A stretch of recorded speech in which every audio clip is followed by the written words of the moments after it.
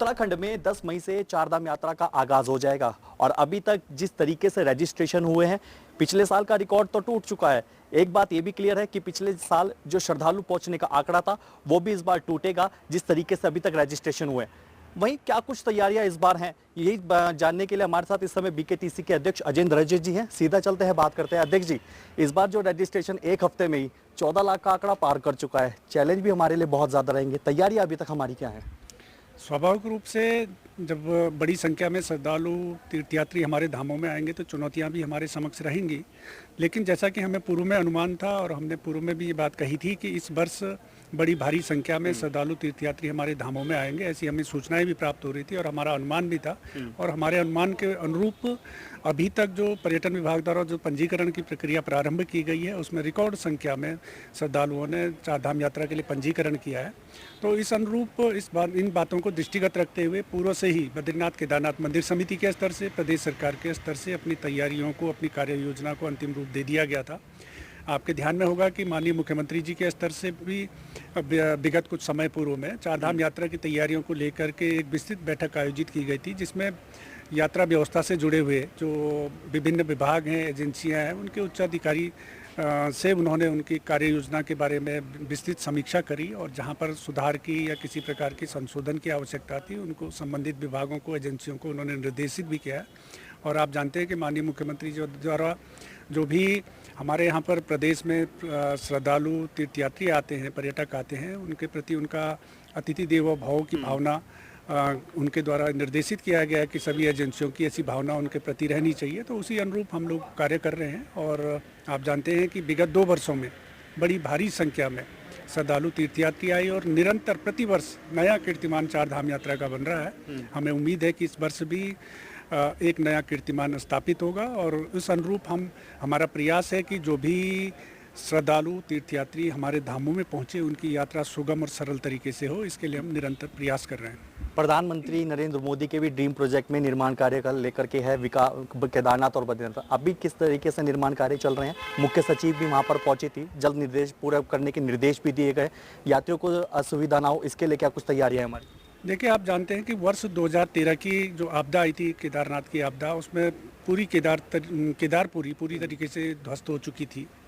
और वर्ष 2014 में जब केंद्र में माननीय प्रधानमंत्री के रूप में माननीय नरेंद्र मोदी जी ने पदभार ग्रहण किया था, उसके पश्चात से उन्होंने अपने विजन के अनुरूप केदारपुरी के पुनर्निर्माण का जो बीड़ा उठाया था और आज आप देख सकते हैं कि जो केदारपुरी है, एक वो नए भव्य और दिव्य स्वरूप के साथ में देश दुनिया के समक्ष है। और माननीय प्रधानमंत्री जी के विजन के अनुरूप हमारे प्रदेश के यशस्वी मुख्यमंत्री, उनके मार्गदर्शन में निरंतर जो केदारनाथ के पुनर्निर्माण का कार्य है उसको बड़ी तत्परता के साथ में किया जा रहा है। इसी प्रकार से बद्रीनाथ धाम को भी उसको एक आध्यात्मिक नगरी के रूप में विकसित करने का जो माननीय प्रधानमंत्री जी ने जो एक स्वप्न देखा है और जो उनका विजन है, उस अनुरूप वहाँ पर भी बड़े व्यापक स्तर पर कार्य चल रहे हैं। और आप जानते हैं कि जो हमारे धाम हैं ये उच्च हिमालयी क्षेत्र में अवस्थित हैं।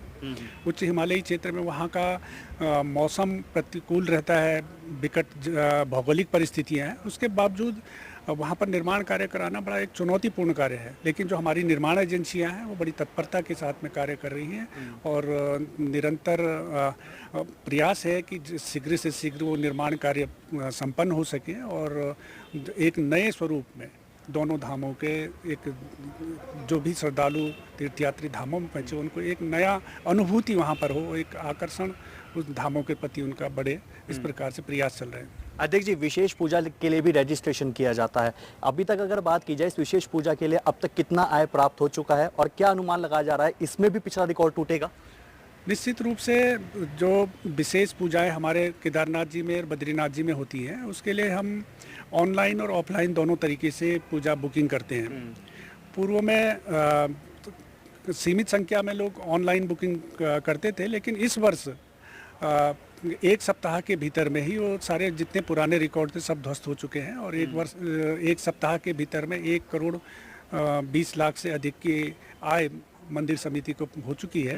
और हमें उम्मीद है कि अभी तो शुरुआत हो रही है, अब आने वाले दिनों में बड़ी संख्या में लोग ऑनलाइन पूजा बुकिंग करेंगे और जो विशेष पूजाएं होती हैं, महाभिषेक पूजाएं होती हैं केदारनाथ जी में, बद्रीनाथ जी में, उसके प्रति श्रद्धालुओं का उत्साह इससे प्रदर्शित भी हो रहा है। अध्यक्ष जी, मैंने इस बार देखा कि डिजिटल पर ज़्यादा जोर देने की बात आपने कही ऑनलाइन रजिस्ट्रेशन जिस तरीके से फुल हुए, क्या लगता है कि ऑफलाइन की भी जरूरत पड़ेगी? क्योंकि हमने पिछली बार देखा था कुछ यात्री जब पहुंचे भी थे, कुछ यात्री ऐसे थे जो बिना दर्शन करके भी गए, तो ऐसे में क्या इस पर भी कोई विचार किया जा रहा है?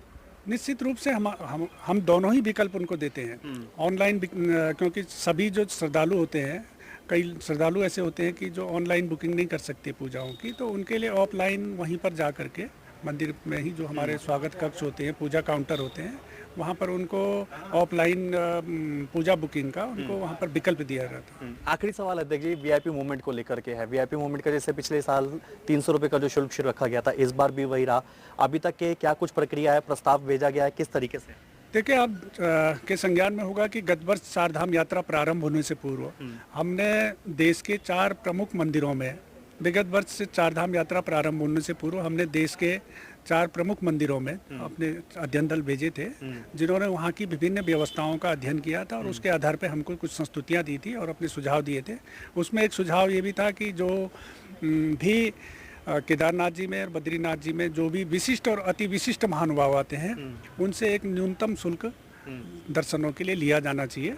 तो उसके लिए हमने गत वर्ष 300 रुपया प्रति श्रद्धालु निर्धारित किया था, क्योंकि आप जानते हैं कि जो भी विशिष्ट और अति विशिष्ट महानुभाव प्रोटोकॉल के तहत में हमारे यहाँ आते हैं, उनको मंदिर समिति प्राथमिकता के आधार पर दर्शन कराती है, उनको निःशुल्क प्रसाद इत्यादि भी वितरित करती थी। तो लेकिन पूर्व में ऐसी व्यवस्था नहीं थी, सब कुछ निःशुल्क ही रहता था। तो इस गत वर्ष हमने ये व्यवस्था प्रारंभ करी थी कि वीआईपी श्रद्धालुओं से इस प्रकार से कुछ शुल्क निर्धारित किया जाए, ताकि मंदिर की जो व्यवस्थाएं हैं उनको भी सुचारू करने में सहयोग मिलेगा। और ये गत वर्ष ये इसका सुखद परिणाम हमको देखने को मिला है और इस वर्ष भी हम ये व्यवस्था जारी रखेंगे। हिंदी खबर से बात करने के लिए धन्यवाद। तो देखिए, बिल्कुल 10 मई से चारधाम यात्रा का आगाज उत्तराखंड में हो जाएगा और अभी तक रिकॉर्ड तोड़ श्रद्धालु का रजिस्ट्रेशन हो चुका है। और जहां एक और शासन प्रशासन के भी बड़े बड़े दावे किए जा रहे हैं कि तैयारियां पूरी हैं और इस बार पिछले साल के मुताबिक और ज्यादा बेहतर तैयारियां देखने को मिलेगी। हालांकि ये तो जब चारधाम यात्रा शुरू होगी तभी पता चलेगा कि शासन प्रशासन की तैयारियों में कितने जो दावे किए गए हैं वो कितने सच साबित होते हैं। देहरादून से वीडियो जर्नलिस्ट विजेंद्र तुड़ी के साथ मैं अशोक कुमार, हिंदी खबर।